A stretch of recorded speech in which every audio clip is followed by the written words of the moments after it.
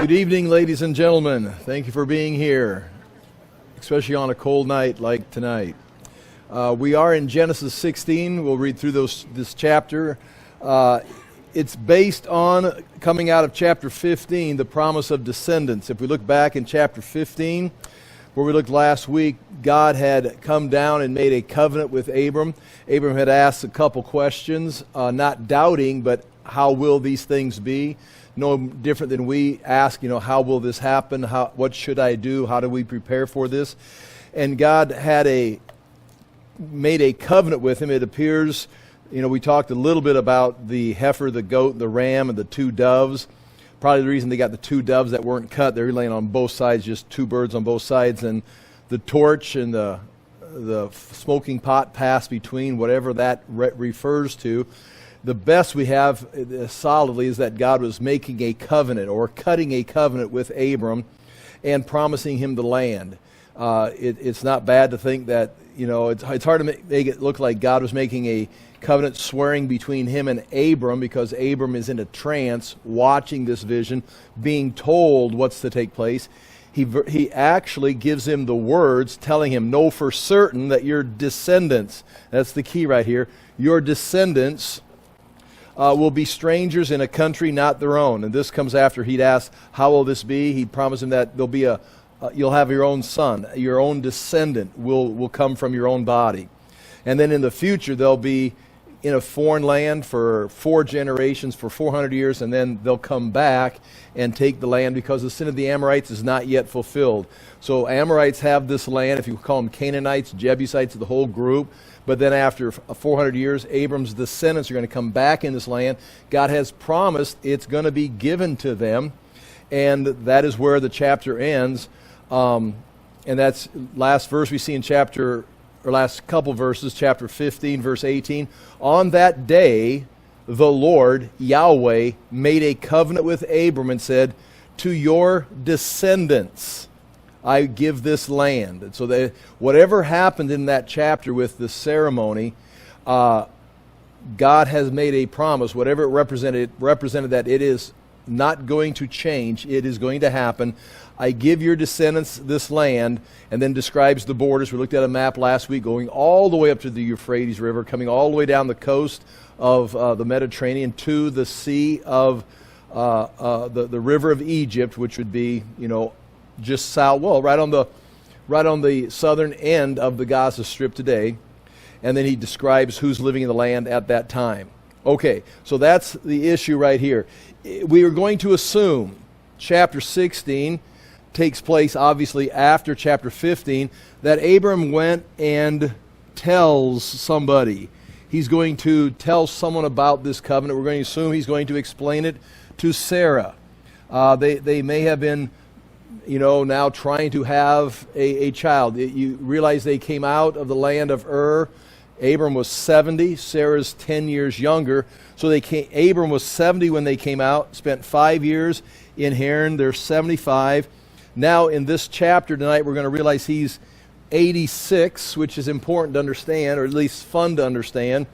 So between the age of 75 and we'll say 85, 10 years, they've been trying to have children, or I suppose they've been trying to have children their entire life, but particularly here, and now with the message that your descendant will, from your own body, will be the one who takes care of your estate, and their descendants will inherit this land.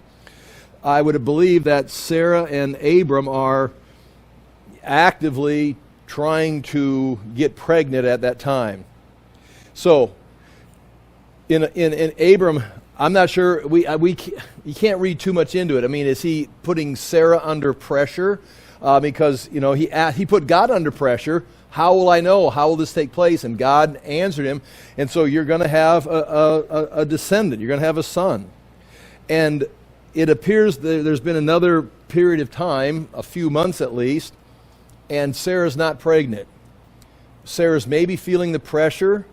And so she's going to come up with a plan. Before we read into this, I think we should look in page 2 of the notes. And I've referred to this before. You've seen this before, but it's nice to take a look at it again. On page 2, It's point 3 on page 2. The practice around 2200 to 1500 BC. We talk about the Ugaritic text.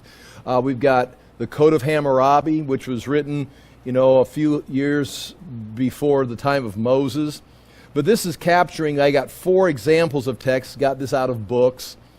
The Hammurabi Code, it says this: when a free man married a priestess, and she gave a female slave to her husband, and she has then borne children, if later that female slave has claimed equality with her mistress. Notice we've got a mistress, which is the wife, and we've got a handmaiden.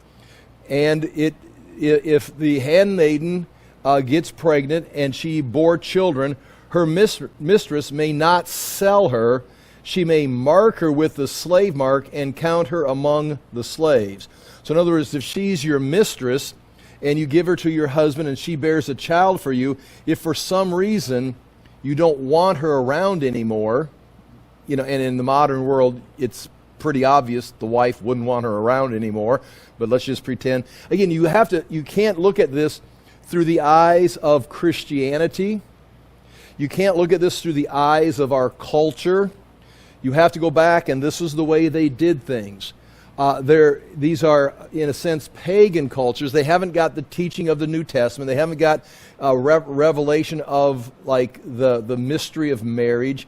They do have, in Genesis we find, and this is an important point, especially going in this chapter, the reason, if you remember how Genesis goes, God looked at the man and thought, my gosh, I only made one of them.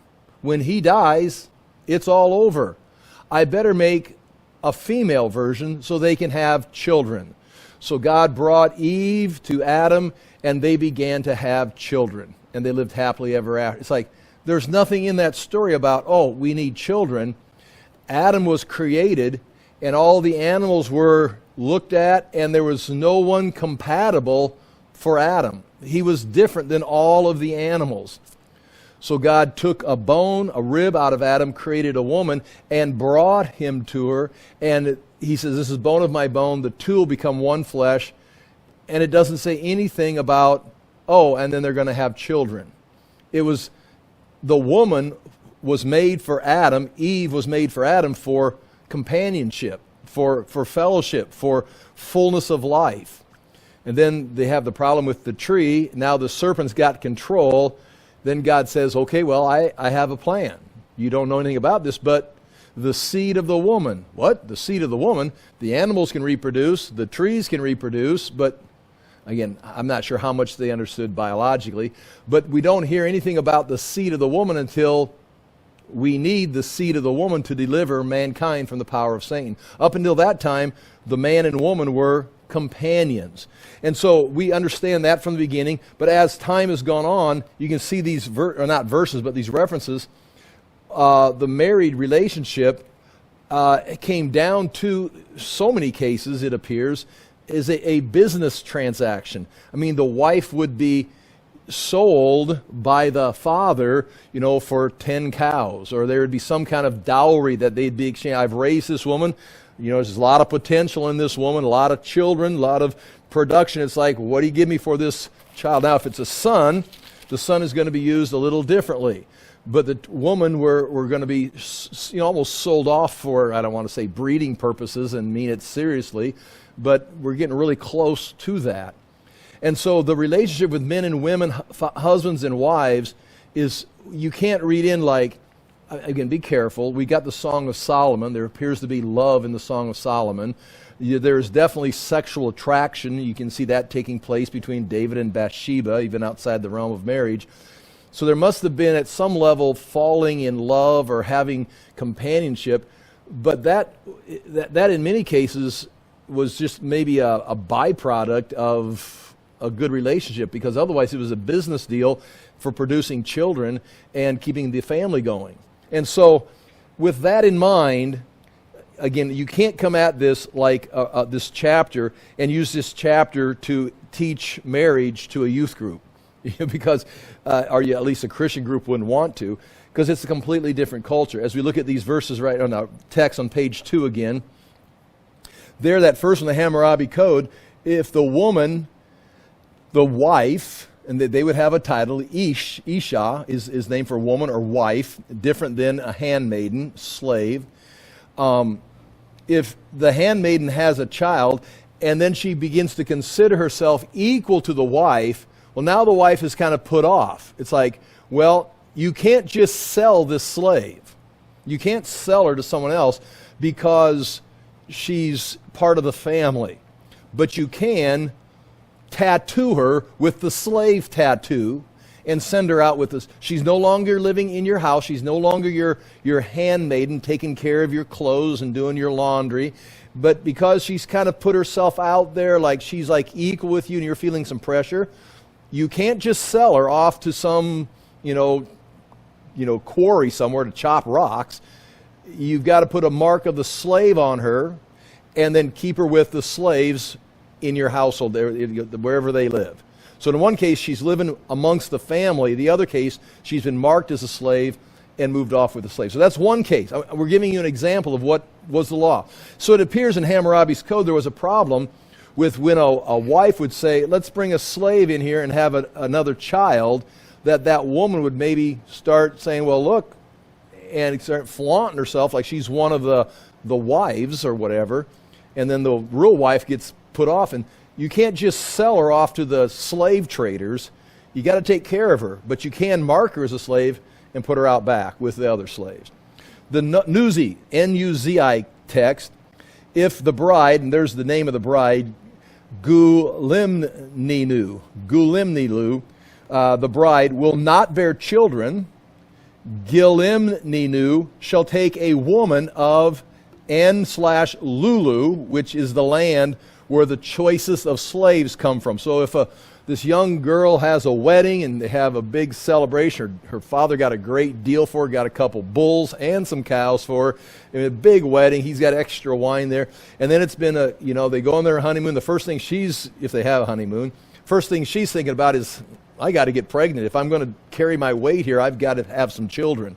Well, if it's been a couple, 3 years and no children, then Gilimninu shall take a woman from Nalulu, or Nalulu land, where the choicest of slaves come from, as a wife for Shenima, and that's the name of her husband. So it was the wife's job if, she's been, putting out for 2 years and, man, we're not getting any action in here. It's like, okay, hey, I'll be right back. She'll go down to where they have, it's like not Walmart. We're not going to just a convenience store. We're going to where they have the top of the line models. And she'll buy one of those and bring that woman, and then it says right here, it'll be for her husband to produce children. So again, that's the practice. Old Assyrian marriage contract. Again, here's another name. But Lak-Ipham took Hatala, the daughter of En-Isru, in marriage in the country of Lak-Ipham. Okay, in the country of Lak-Ipham shall not take in marriage another woman. So in other words, in his country, he can't take another woman. But in the city of Asher, he may take in marriage a priestess. Now it appears it comes up several times. The priestess almost sound like concubines. I don't want to use the word prostitute, but they almost look like, it's like, well, the priestess, you're not having children, you can go get a priestess. Well, nonetheless, that's what's taking place here. If within 2 years she has not procured offspring for him, only she may buy a maidservant. So it wasn't the husband's job to say, well, you know what? This is just not working. I'm going to go out and check the slave market and maybe bring back a new maid for you, and I'll just go ahead and sleep with her, and maybe we can have some children. It's like, no. He doesn't do the shopping. The wife does the shopping for the lady, the maid that's going to produce. So within 2 years, she has not procured offspring for him. Only she may buy a maidservant, and even later on, after she procures somehow an infant for him, she may sell her wherever she pleases. So if all of a sudden she starts to have children, you can say, okay, we don't need you anymore. It's like an old refrigerator. It's, it's like, hey, we got a yard sale. Oh, what's this? This is a maid, and we're no longer using this handmaid. And it's like, well, what? Well, you know what? You give me $5, I'll give you 4. All right, and you sell her off, and you no longer need that. I mean, does this sound familiar in our culture? I mean, I suppose we have a different way of doing it. The New Assyrian text. But again, the focus here is not on falling in love or being sexually attracted to someone or having an affair. The issue here in these verses or these texts is about producing children. The New Assyrian text, if Subetu does not conceive, so that's the woman's name, and does not give birth, she may take a maidservant, and as a substitute in her position, she may place her. You read a lot into that. She will thereby, Sabetu, that's the wife, will thereby bring sons into being through this maidservant, and the sons will be her sons. If she loves the maidservant, she may keep her. If she hates her, she may sell her. So once again, she ends up either out there on the curb on trash pickup day or in the yard garage sale, or she says, yeah. Again, it's hard for me to imagine the wife saying, we're like best friends. Here's my girlfriend. We're going to go shopping. We're going to go get some coffee. I can't see that in our culture being an issue. It's like, the two exes getting together, whatever. Okay, but that, you understand, I just kind of painting a picture for this strange chapter, and this is the culture. So now we begin looking at this chapter. Abram's been talking about descendants. It's already Sarah's responsibility to produce children. You wonder what kind of relationship they have. When I think about my wife, Tony, and myself, and the relationship we've got, sometimes you read that into this. Abram and Sarah, they go for walks by the pond. They get up early on Saturday mornings and run to the coffee shop, or whatever you and your spouse do. Did they have that kind of a relationship? And it really doesn't seem so. Even towards the end of this, we'll get there, towards the end of Abram's life and Sarah's life, it gives the impression they're not even living in the same town. He's going to go to her town for the funeral because he's living somewhere else. Especially after the Abraham and Isaac situation on Mount Moriah. It seems like Sarah kind of has had enough with this guy Abram. But nonetheless, we're rushing through this. So these guys are 85 years old. They're still trying to have children. Now Sarah, chapter 16, verse 1. Now Sarai, Abram's wife. Now, right here, I've got in the notes there, point 5. Every time in chapter 16, verses 1 through 6, every time Sarah is mentioned, these first 6 verses, it's going to describe her as a wife or Abram's wife. Her name is never Sarah. It's always Sarah, Abram's wife. Now, God is not thinking this is a great idea. This is not, when God says a descendant from your own body, he's talking to Abram. Now, this is a good example of using Scripture, or even as I interpret Scripture to apply it to my life. Well, the Bible says, and you quote it literally, the Lord said to Abram, a descendant from your own body will be not Eliezer of Damascus, your slave, your servant, your headmaster's servant, but from your own body. Now, understand what that means? Your own body. He doesn't say from you and Sarah's bodies. It's you. So they probably were doing, having Bible study and doing textual criticism, breaking down, diagramming all the sentences like, well, look right here. It could be my body. You're not going to be participating. It could be someone else. And finally, Sarah says, that's got to be the right interpretation. Let's get another body in here. But again, in those first 6 verses, every time Sarah's mentioned, she's identified as his wife, kind of indicating the author is thinking, no, it should be your wife. It should be your wife. Now Sarah, Abram's wife, had borne him no children, and they're probably 85 years old, 86. Well, 85. Well, excuse me. Let me go back. 85, Sarah is 75. When Abram's 65, she's 60. When he's 75, she's 65. When he's 85, she's 75. Okay. So that's not so old. But she had an Egyptian maidservant named Hagar. Now, Hagar has been mentioned as close as we can. If you look at point 3 under that first verse, in chapter 12, verse 16, the closest we have right here, when Abram went down and was afraid for his life because Sarah was so beautiful, he thought Pharaoh would kill him or the men would kill him. He said, she's my sister. So Pharaoh takes Sarah when he finds out he's actually Abram's sister, or Abram's wife. He sends him away. In chapter 12, verse 16, it says, in point 3, and for her sake, Sarah's sake, because he took her as a wife, Pharaoh dealt well with Abram, to be fair to Sarah. And he had sheep, oxen, male donkeys, male servants, and female servants, female donkeys and camels, and they were given to Abram as a departing gift. So Abram became wealthy from that. Most likely, the presumption is female servants. Hagar was one of those female servants because she is Egyptian. So that's where Hagar came from. Then Sarah picked her up as her personal assistant. All right. But she had an Egyptian maidservant, which is a different word than wife, named Hagar. So she said to Abram, the Lord has kept me from having children. Go sleep with my maidservant. Perhaps I can build a family through her. Now, several things are taking place in there. Again, it's a fair statement throughout the Bible when it says the Lord, and that's Yahweh, has kept me from having children. Sometimes we talked about this on Sunday morning, talking about, Elizabeth and Zachariah. Sometimes it can be the blessing of the womb as God blesses you. And sometimes if you live in such a way, God will not let you have children. There's that idea in Scripture.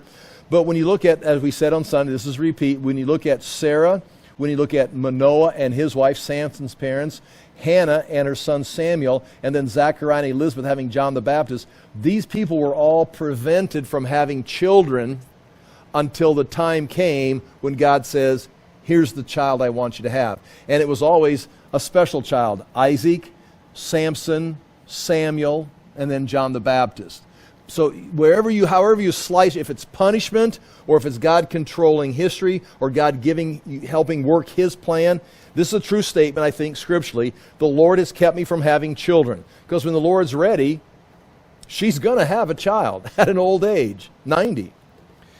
So she says, go sleep with my maidservant. Now, just as we're talking in these, Sarah is always mentioned as Abram's wife in these verses. You know whose name is never mentioned in these verses? Hagar. I mean, the narrator will say Hagar, but conversationally between Abram and Sarah, she might as well be a refrigerator or a lawnmower or a piece of equipment in the garage. It's like they don't have we got one of those vacuum cleaners. What are those, robotic vacuum cleaners? What do you call them? They just roll around. They sense. They're called something. Tony, can you hear me? Yeah. And the first thing Tony does is she names it Buddy. And I said, we're not going to name our vacuum cleaner. And so it's like, oh, look out for Buddy. It's like, my gosh, our vacuum cleaner's got a personality. So we named our vacuum cleaner. But in normal cases, you don't name things. And right here, God is recognizing her, that writer is calling her Hagar, but Sarah and Abram, their conversation about the servant, the slave, is they call her by her title. They call her the vacuum cleaner, the refrigerator, the servant. They don't call her Hagar. She's an object.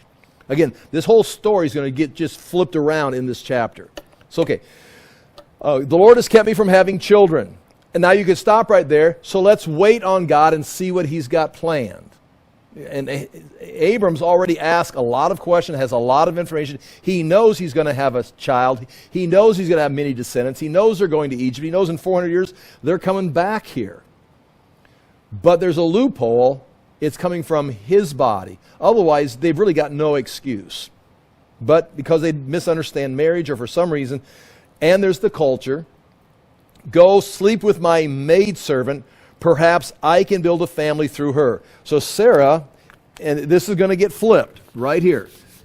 Sarah her name is being used in these verses, and it's all about her. I will build a family. And that is Sarah's purpose. Sarah's purpose is she will build a family through the child that Hagar produces. And it's going to be interesting if I hustle and get to the end of the chapter. This whole thing is going to be flipped around if I don't get there and make it clear enough. The last couple verses of this chapter, we'll see it. Abram's name is at the closing two verses of this chapter. Abram's name is mentioned 4 times. Hagar's name is mentioned 3 times.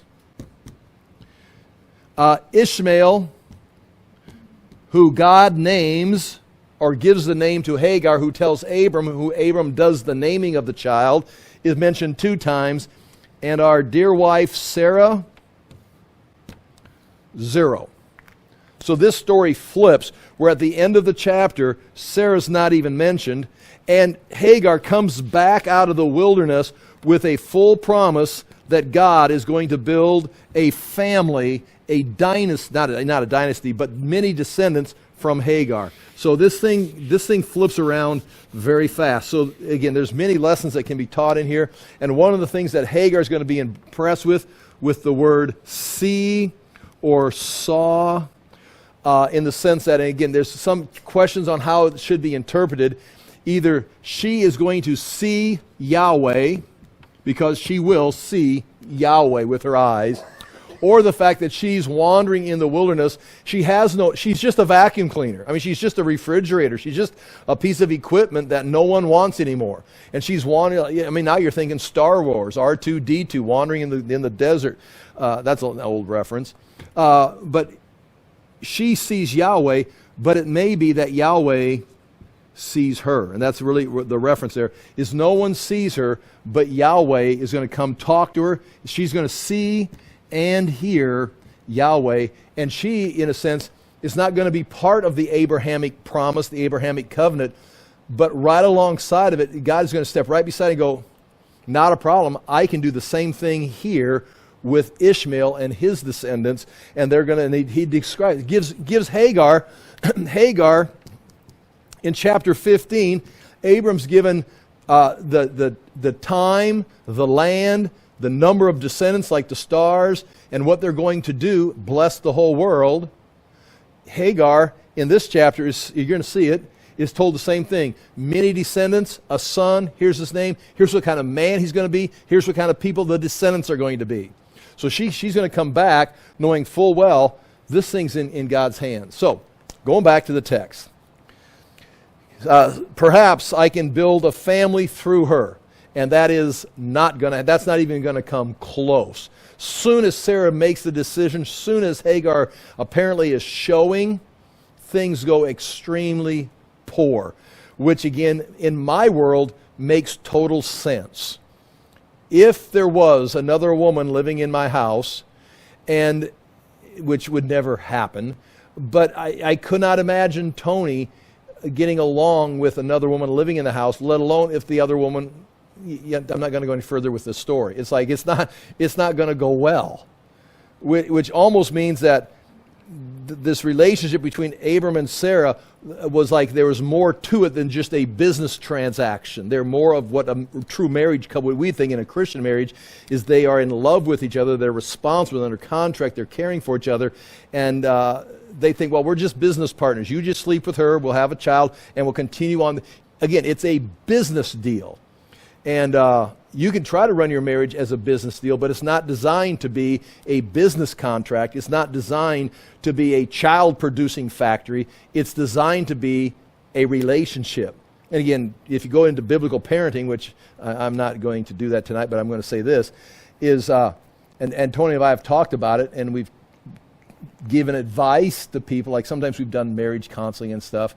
I don't promote that or don't try and build that business.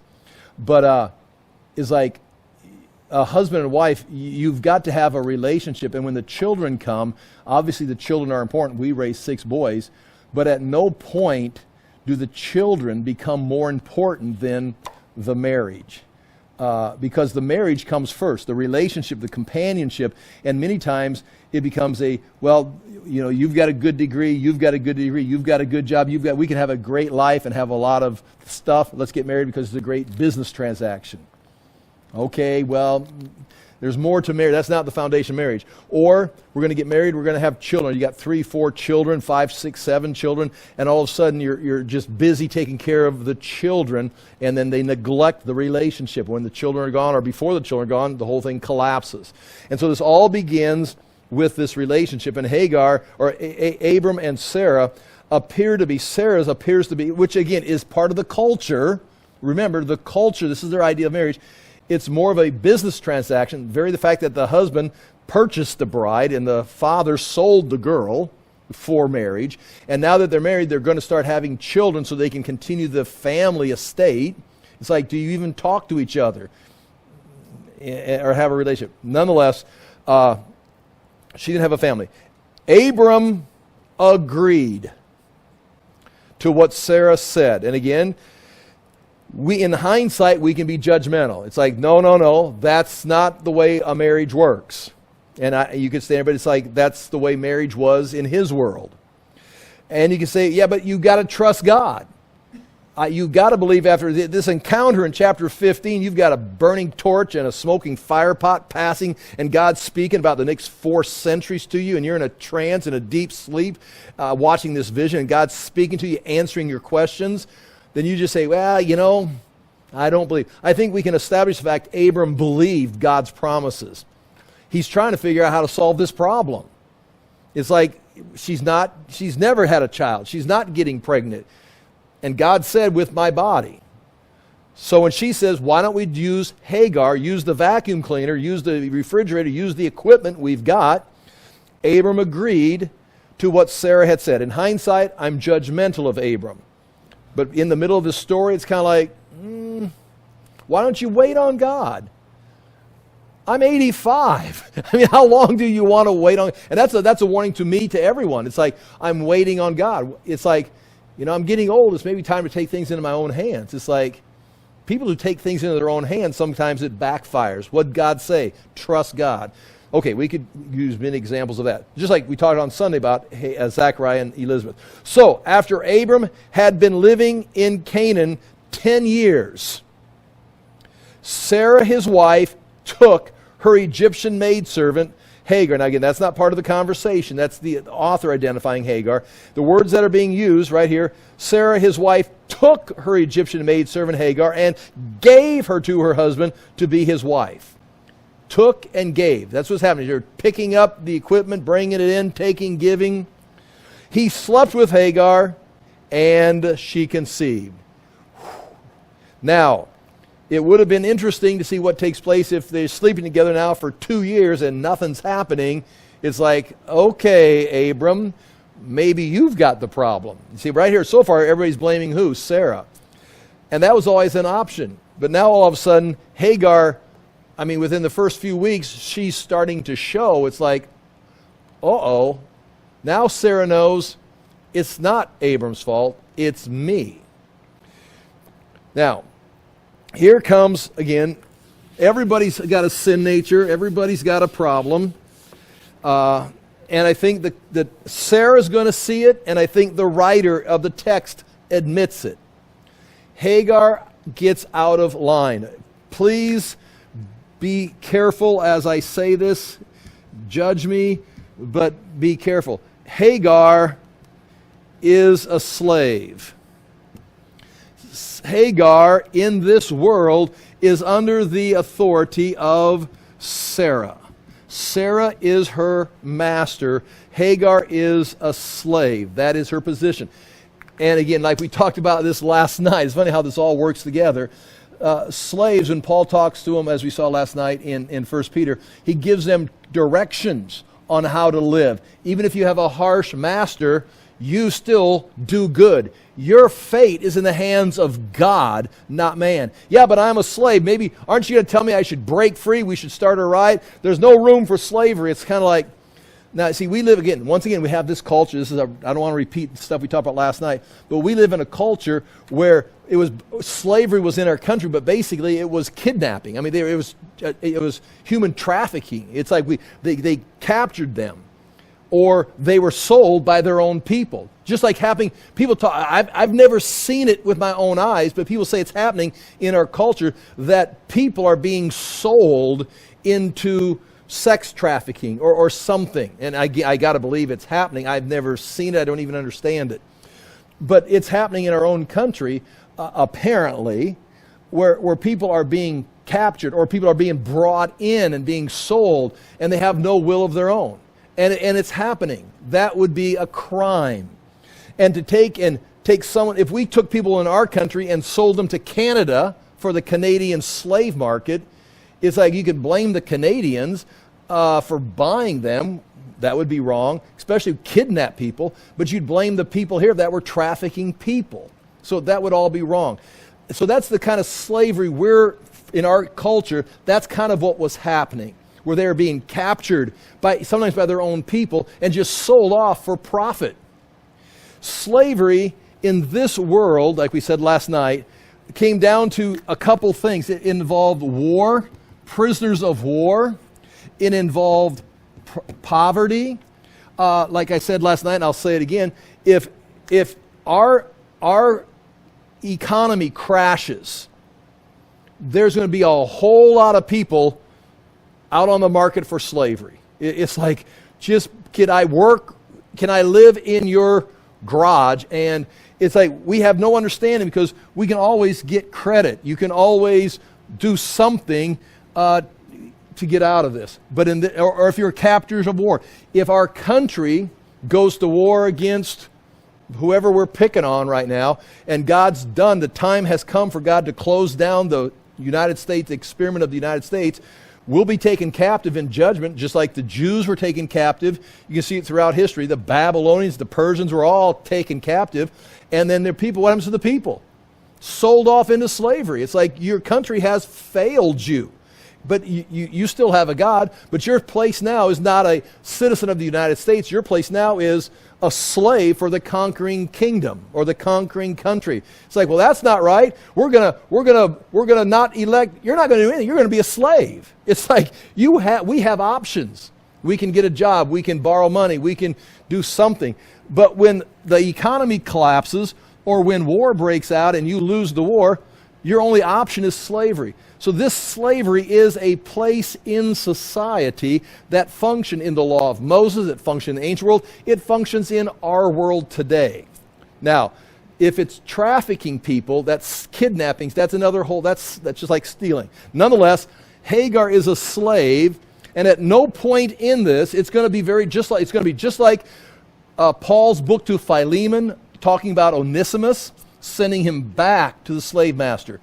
Just like we talked about Peter, he doesn't tell the slaves to revolt. Paul doesn't tell the slaves to revolt. He tells them that you're free in Christ. Now serve your masters and build up your rewards and maybe win your masters to Christ. You can do good if you're the master or if you're the slave. Christ can work in your... This is of this age.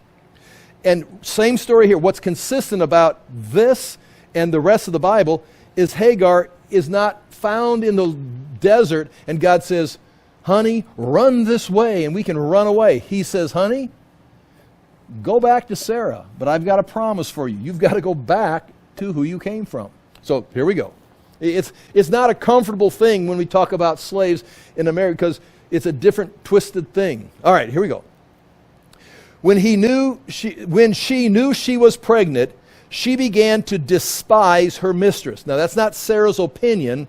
That's the author. She began to despise, flaunt, maybe like we saw in those writings, kind of maybe put herself on an equal basis. Maybe she stopped serving Sarah because maybe she started sitting where Sarah's supposed to be sitting or taking the same advantages that Sarah had. Maybe I should have a handmaiden. Or she began to flaunt herself, maybe rubbing her stomach a little too often in front of Sarah.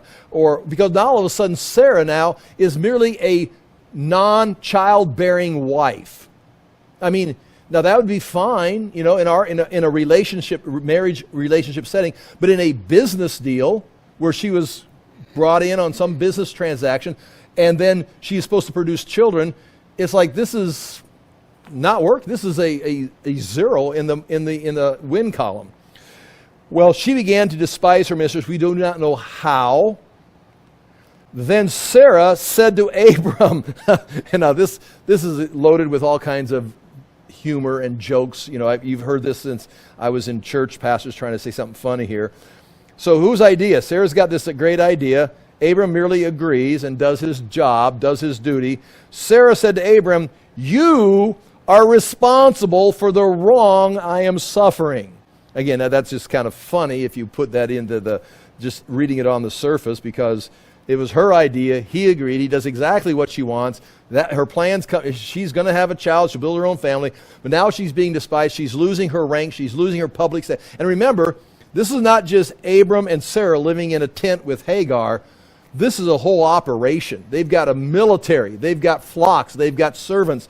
I mean, Abram and Sarah may not even live in the same tent. In fact, when Isaac comes, Sarah's got her own place, her own tent.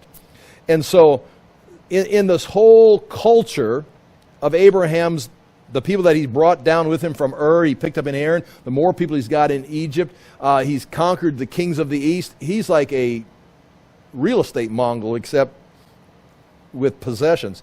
But anyway, she's embarrassed for sure. She's definitely embarrassed. And she says, "You are responsible for the wrong I am suffering. I put my servant in your arms," you know, a servant, "and now she knows she is pregnant." She's showing or something. "She despises me." And then she says, "May the Lord judge between you and me." So here's Sarah calling on the Lord to judge and make the decision of who's right or wrong. And by the end of the chapter, God is going to let his voice be known. Okay. Now Abram. So for Abram, this is one of the worst chapters for Abram. She says to Abram, "Sleep with her." He says, okay, he agrees. He sleeps with her.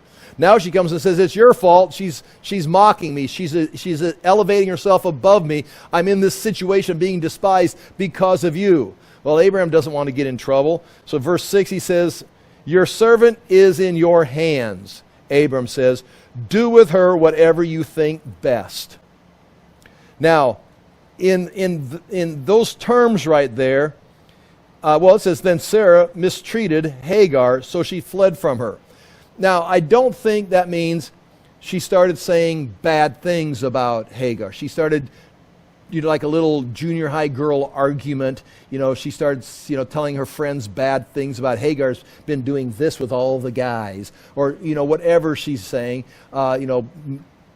misplacing her brush and her hair gel or something.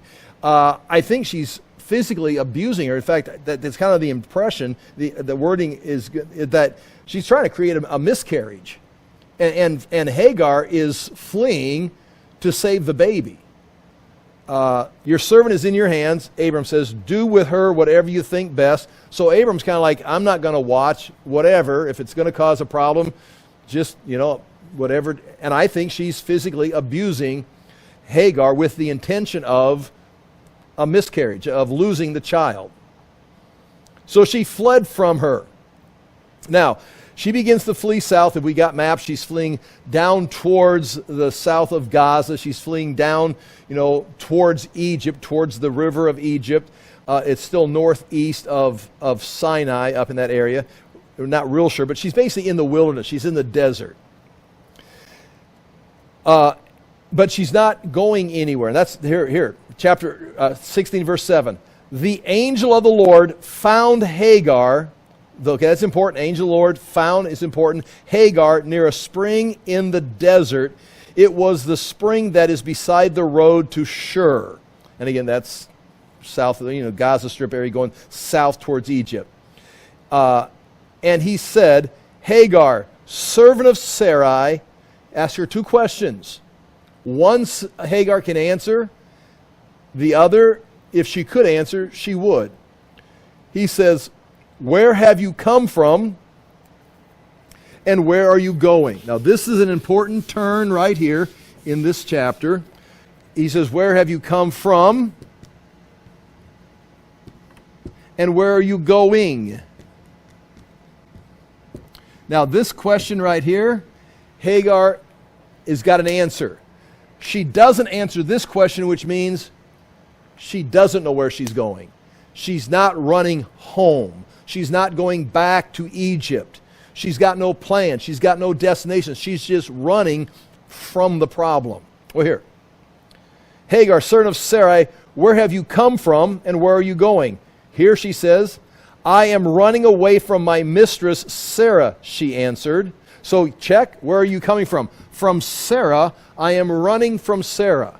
Now the Lord doesn't interrupt her. He's asked the second question. It would be, and where are you going? She doesn't have this answer because she doesn't have anything to say. God, the Lord, the angel of Yahweh, is going to fill this in for her. I'm going to tell you where you're going. I'm going to tell you what's going to, and again, the good news is you'll see it. You're going to have a son. You're not going to have a miscarriage. You're going to go back to Sarah. You're going to have a son. You're going to name him Ishmael, and he's going to become a nation of his own.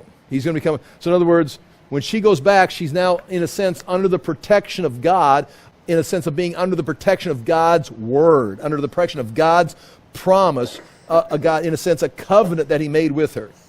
Now, look in verse 7 on your notes. I turned the page on the notes here. What have I skipped? Anything? Oh, yeah, look at verse 6, bottom of page 2. It's interesting right here. I just want you to see this. Bottom of page 2, the very last point, Proverbs 30, chapter 30, verse 21 and 23. Here's what it says. Under 3 things the earth trembles. Under 4, the earth cannot bear up. So here's 4 things that the earth just can't tolerate. It will revolt every time. A slave when he becomes a king,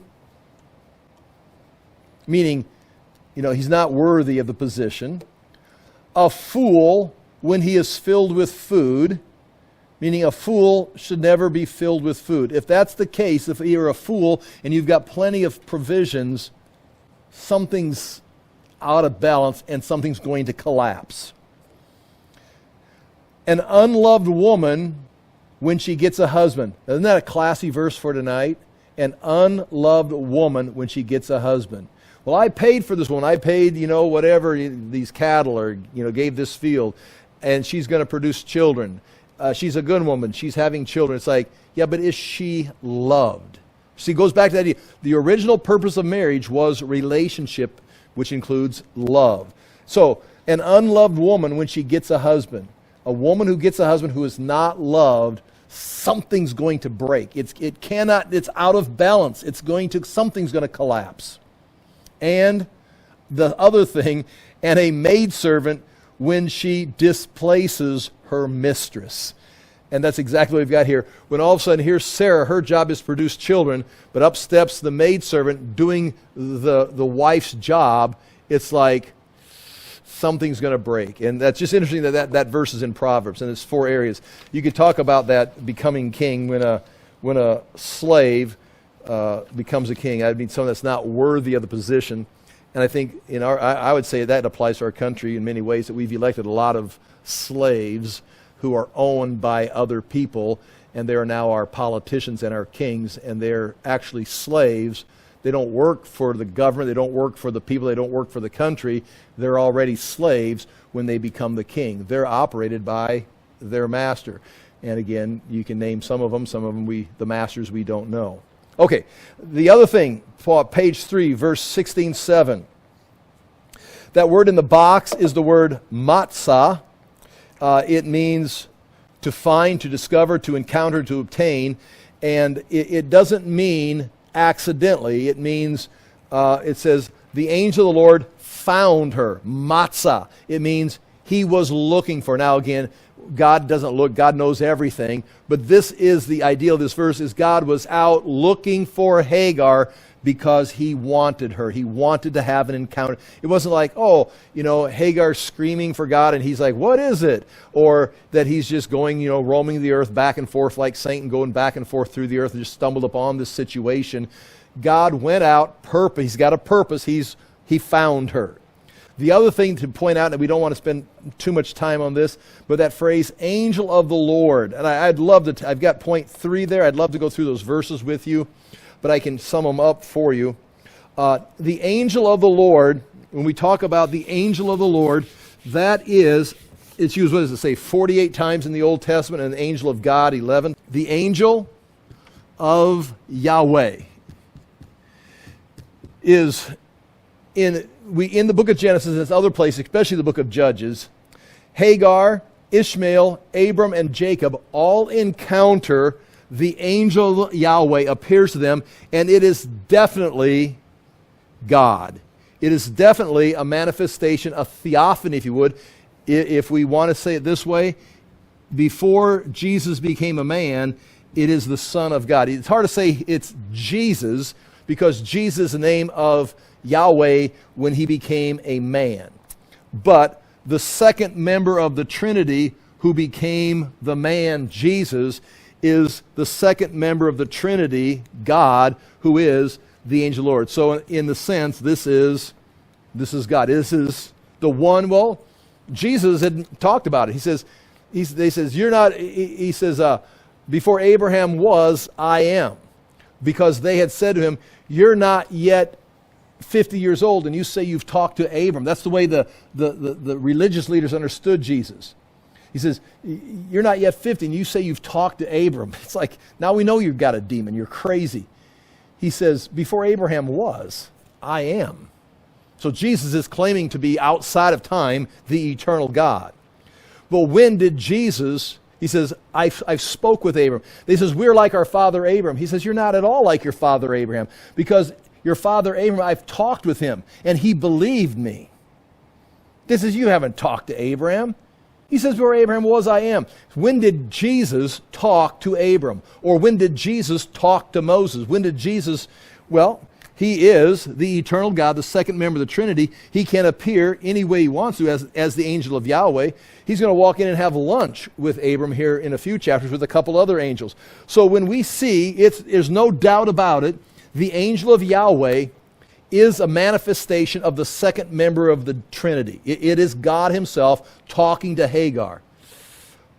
But about the time you get that established, without a shadow of a doubt, there's something within that verse that says something to the effect of, and God, says to you. Or it's like, then all of a sudden, they're speaking for God. It's like, whoa, it looks like that must be just an angel. Because it looks like no doubt they're talking like they're God. They're acting like they're God. And then all of a sudden, the next line, the next verse, they're like giving a message from God, or God wants you to know. And so it's really not a problem. It's just that the angel of the Lord is God, but he also speaks, just like Jesus. He was God, but he also spoke about God. It's almost like the Trinity. It's like that concept of three persons, but there's one essence in it. But nonetheless, when you look at this, and you can even see it happening here, and the examples are Hagar, Ishmael, Abram, and Jacob. In every one of those, if we'd read those verses, you can pick out examples in those verses, 21:17, 22:11 through 12, 31:11 and 13, where it's like clearly this is God talking to Jacob. But then there's another line in there. It's like, it sounds like a message from God through an angel. So, but that's the point. Okay, going back to the text, verse 7. The angel of the Lord, again, that is God himself, found Hagar. In fact, Hagar's going to call him God. Found Hagar near a spring in the desert. It was the spring that is beside the road to Shur. And that is, again, northeast of Sinai. And there's a road going down there. We talk about that. It's not as clear as I'd like it to be, but we got a real close general idea. And he said, Hagar. Now this is the Lord speaking. Now if you want to say it's just an angel, you can. But this is God speaking. He says, Hagar, servant of Sarai, where have you come from and where are you going? Calls her by name. Now remember, she's a slave. Just like when Peter writes, he doesn't write the masters and tell the masters to tell the slaves. Peter writes, talks to the slaves, just like Paul talks to the slaves who are reading his letter. He said they're people. She says, I'm running away from my mistress Sarai. Verse 9, then the angel of the Lord told her, go back. First thing, Go back. Why? You're a slave. You are owned by Sarai. This is her. You see, that's what's hard about for Americans. It's like she's a slave and she's in a harsh situation. Well, what did Peter say? He told the slaves, make sure you do good if they're pleasant, good masters, or if they're harsh. Always do good. Your job is to do good. He doesn't say run away. Onesimus ran away from Philemon. Paul sends him back. Here, nothing's different between the book of Philemon and Genesis chapter 16, verse 9. God says the same thing to the runaway slave. Go back. And it's like, what? So the Bible supports slavery? I don't think the Bible supports kidnapping, human trafficking. I don't think the Bible supports slavery like we had in America. But there is slavery throughout history. There's slavery today. There are people that their only way of survival is to be in a slave-like position. That's okay. Go ahead, sing along at Jimmy Carter's funeral to the song "Imagine." Imagine there's no possessions, no hell, no heaven, nothing to live or die for. Okay, in that world there's no slaves, but there's no reality either. You're just floating with the universe. But in reality, there are some people that can only survive living under someone else's authority, and the provisions are as you work for them. Sometimes we call it, a 8-to-5 job. Nonetheless, then the angel of the Lord said to her, go back to your mistress, and, not a very Christ-like thing, submit to her. This is that harsh master Peter's talking about. Hagar's being sent back to someone who's trying to cause her possibly to have a miscarriage. Go back and submit to her. But now she's going to go back with a promise. No, this is like, I see you, Hagar. You can do this. You can go back and do this because I see you. And that's Peter's message to the slaves. That's Paul's message. It's like you have Christ. You don't need to be a king. You don't need to be a free man in society. You can be a human living here in this world, created in the image of God, born again with the righteousness of Christ, and God sees you. And Peter used Jesus as an example. Jesus had the hardest life. He died on the cross for the sins of the world, was nailed up on a cross. And it's like, so when he asked Hagar or a slave or asks us to do something, it's like, well, you don't understand how hard it is. It's like, no, I think there's only one person here that doesn't understand what's going on, and that would be the human, because Jesus has become man. He's done the greatest work of service, the lowest place, and gone to the highest place. So he's not telling her anything. You could get critical, say, well, looks like white supremacists wrote this part of the Bible. It's like, well, I don't think so. Go back to your master and submit to her. The angel added, I will so increase your descendants that they will be too numerous to count. Holy smokes. Wait. Did that get copied out of the wrong chapter? That should be back there in chapter 15 where you count the stars, he tells Abram. Now he tells Hagar, the female slave, runaway slave, pregnant in the wilderness, trying to get a drink of water. He says, go back, submit. And I, the same God who promised Abraham the land of Canaan and that his descendants will be as numerous as the stars, will bless all the nations, I'm telling you, your descendants through this child will be too numerous to count. The angel of the Lord also said to her, now here's her prophecy. You are now with child, and you will have a son. You are pregnant, and you're going to give birth to a healthy child. You are not going to have a miscarriage. Sarah cannot harm you. She may harass you. She may beat you, but she cannot break you. Why? Because, well, I see you. You shall name him Ishmael, which means God hears. And you can see the name El at the end. Ishmael, El-E-L, means God. For the Lord has heard your misery. He will be here. Now again, this is what he's going to be. This is what kind of man will he be. He will be a wild donkey of a man. His hand will be against everyone, and everyone's hand against him. He will live in hostility toward all of his brothers. That's describing he's going to be, in a sense, a nomad living out in the wilderness, and will be antagonistic with his neighbors. And that's the kind of person he's going to be, and the kind of descendants he'll have. She gave this name to the Lord, gave this name to Yahweh, who spoke to her.